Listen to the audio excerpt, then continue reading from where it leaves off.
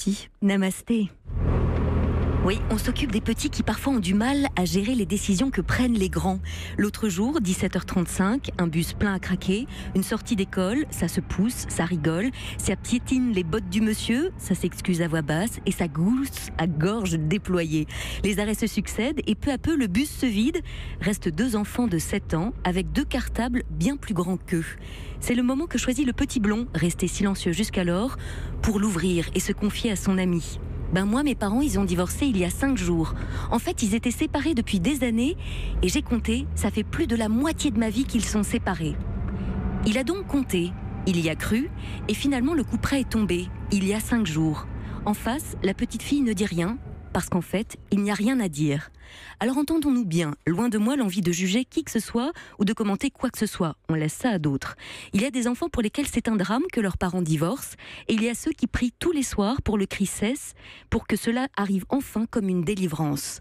Et c'est vrai que c'est compliqué de trouver les mots justes et apaisants dans ces cas-là.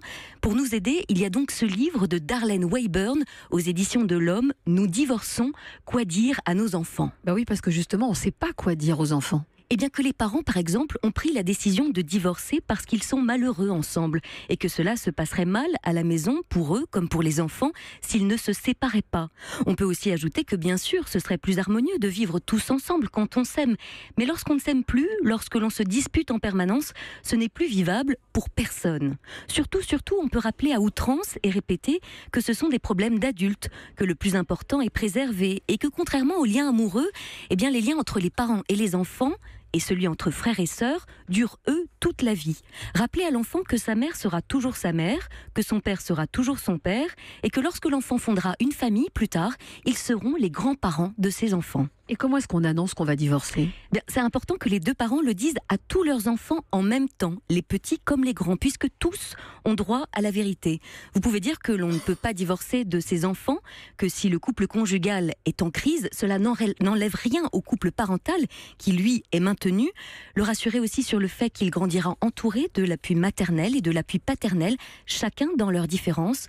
Et pour finir, et parce qu'ils sont nombreux, les grands-enfants qui, à l'époque, le prenaient bien, facile, même pas mal le divorce de papa et maman, et qui, à l'âge adulte, font tomber le masque du déni de leur souffrance sur un divan de psy, le plus important, c'est de rester bien vigilant et de rappeler à l'enfant qu'un divorce, c'est difficile à supporter et qu'il peut toujours vous en parler s'il se sent triste.